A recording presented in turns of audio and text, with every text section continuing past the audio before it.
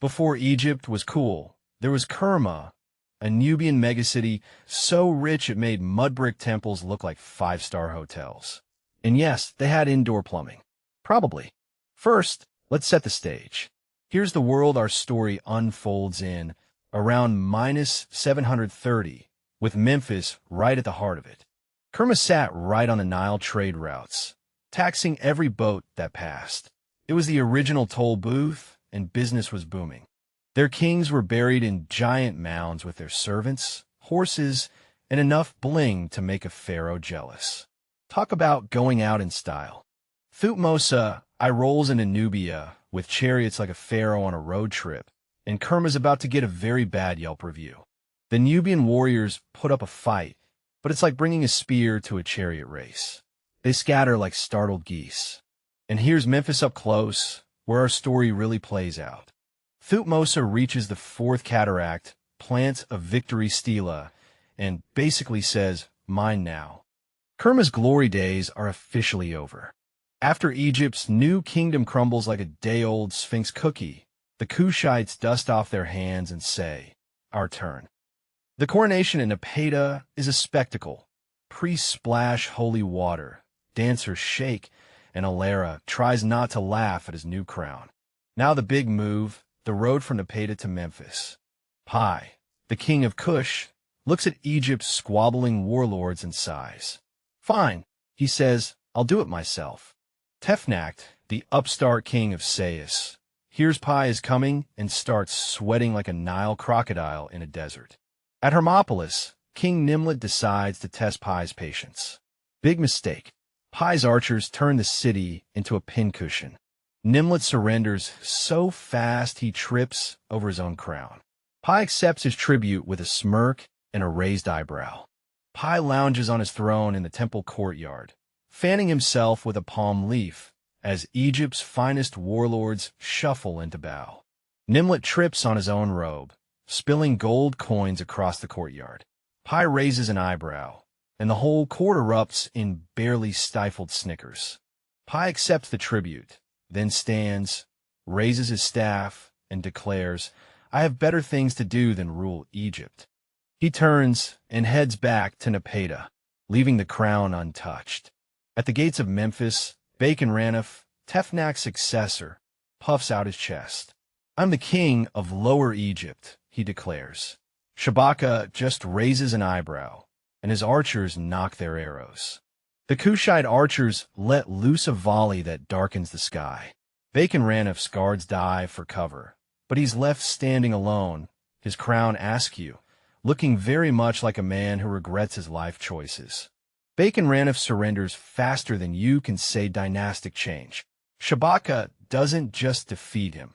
He makes him watch as the Kushite flag is raised over Memphis, and the 25th dynasty begins. Shabaka decides to rule from Memphis, not Napata. "Why commute?" he says, as he sets up his court in the old Egyptian capital, much to the confusion of both Kushites and Egyptians.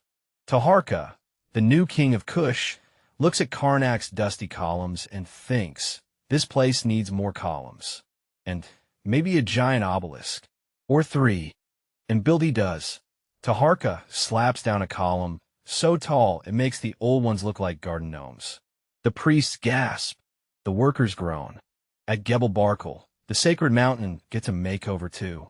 Taharqa carves his face right into the rock, just in case anyone forgot who's boss. Assyrian siege towers loom over Memphis like a bad omen. Taharqa, watching from the palace roof, realizes his building projects might have to wait. Esarhaddon's soldiers swarm the walls like ants at a picnic, and Memphis's famous defenses suddenly look like a very expensive sandcastle. Taharqa grabs his favorite cat and heads south, muttering, "You can keep the city. I'll take the high ground and a better view." In the chaos, Taharqa's nephew, Natakamani, rallies the remaining Kushite forces, shouting, "We may be losing the city, but we're winning the retreat." The royal family piles onto the boat, but Taharqa's cat refuses to board. He stands at the prow, arms crossed, as the current pulls them south. As the boat glides past Thebes, The priests on shore wave goodbye with their incense burners. Taharqa sighs, so much for the 1,000-year empire. The boat docks at Napata, and Taharqa steps onto the dock, looking back north. "I'll be back," he mutters, with a bigger cat. The royal barge glides past the Sixth Cataract, and the king points at a patch of savanna. "Here. Plenty of iron, and the only neighbors are lions." The courtiers nod, pretending they're not terrified. The first mud brick walls rise, and workers hammer away at iron furnaces. Meroë isn't just a new capital, it's a factory town with a royal palace and a serious mosquito problem. Meroë's furnaces roar like 1,000 hungry dragons, and the iron they spit out is the backbone of an empire. Workers sweat, hammer, and grin because they're the coolest blacksmiths in the ancient world.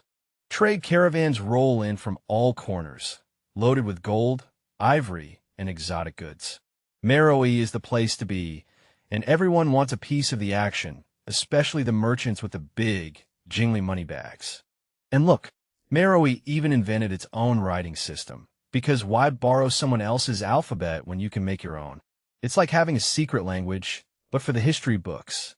Amenirdis, the one-eyed queen, glares at the Roman statue of Augustus like it owes her money. She's come to collect. Ropes fly, muscles strain, and the mighty Augustus topples with a dramatic, theatrical sigh. The crowd goes wild. The statue crashes down, and Amenirdis plants her foot on Augustus's bronze face. "That's for the taxes," she says. Gaius Petronius marches south with his legionaries, muttering about pacifying the pesky Kushites. His sandals are new, his patience is not. They reach Napata, and Petronius raises an eyebrow. "Cute city," he says. "Shame about the walls." The legionaries cheer, cracking knuckles.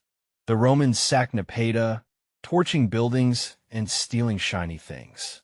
Amenirdis watches from a hill, her one eye twitching with fury. The Kushites storm into Roman territory, and Amenirdis finds a statue of Augustus.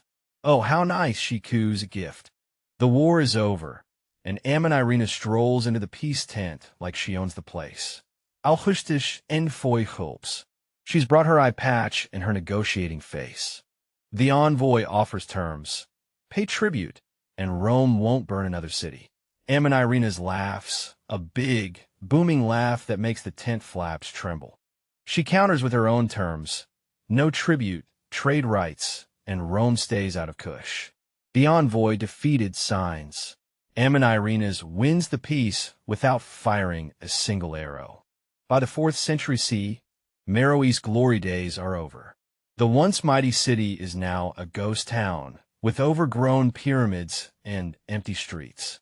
The Kushites pack their bags, but not before giving the world one last gift. Their own writing system, still undeciphered to this day. Aksumite King Izana, with his army, rides into Meroë. The city's walls, once so proud, are now just a sad pile of bricks. The Aksumite soldiers set fire to the royal palace, and the flames lick the sky. Meroë's 1,000 years of glory go up in smoke. And just like that, the Kingdom of Kush is history. But the Kushites have one last trick up their sleeve, the Meroitic script. The Kingdom of Kush may be gone, but its soul lives on. In the heart of Nubia, modern descendants keep the flame burning bright. The music swells, the drums beat, and the old stories are told again, tales of warrior queens and pharaohs who defied Rome. And as the sun sets, the pyramids cast long shadows, a silent reminder that Kush's spirit never really died. It just learned to dance.